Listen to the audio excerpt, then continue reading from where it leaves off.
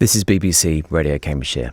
Now with the news at 2 minutes past 11, here's Nathan Alban. Cambridgeshire's paused for a 2-minute silence to remember those who've died in conflict.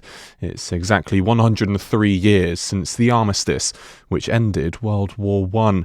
Trish in Peterborough has told us who she's remembering. My great-uncle, Tom, he was only 19. He went to France in the First World War.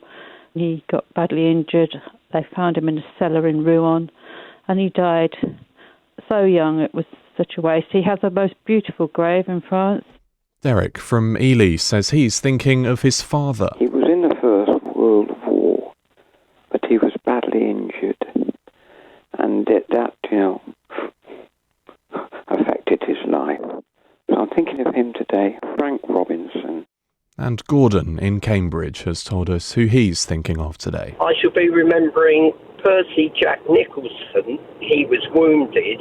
It wasn't worth trying to keep him on the lines.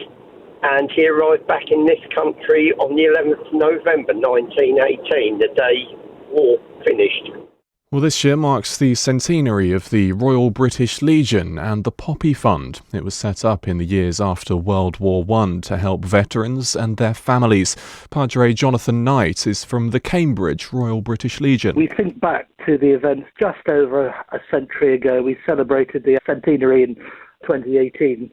And, it was an unimaginable, awful event, which we must never forget and which must never happen again. That's more or less what it does mean to me.